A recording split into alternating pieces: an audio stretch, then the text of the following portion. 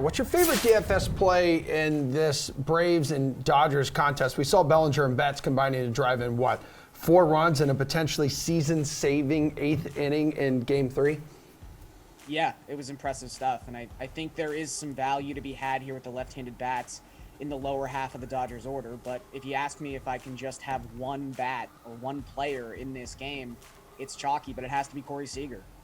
Seager's been on absolute fire right now. He's got a home run in each of his last 2 games, and if Yanoa does end up starting this game, and I'm pretty sure he's going to, they haven't officially announced it yet, but left-handed bats were his big issue to close the season. His last 7 starts, a .606 slugging percentage to opposing left-handed hitters. Seager is the left-handed hitter in the top half of the Dodgers order, and he's just been nightmare fuel for the Braves in the playoffs. He has 7 home runs in the 10 playoff games he's played against the Atlanta Braves. It's pretty impressive stuff. So yeah, I accept that it's chalky. I understand that, but the matchup here is just too good to pass up.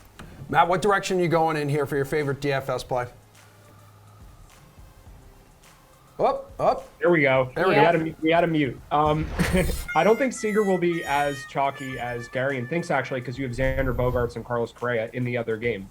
So all of those guys, I think, will, it'll just get spread out amongst them. I like all of those choices.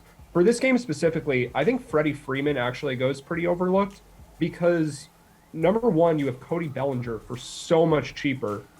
And the Dodgers have some expensive hitters. If you want to play them, you need the cheaper guys. Bellinger's only $3,300. So, to me, that is the value play on this slate. And I think people will just play him at first base because there aren't a lot of first basemen to choose from. There's a lot more outfielders, so it's easier to just slot Bellinger in the first base slot.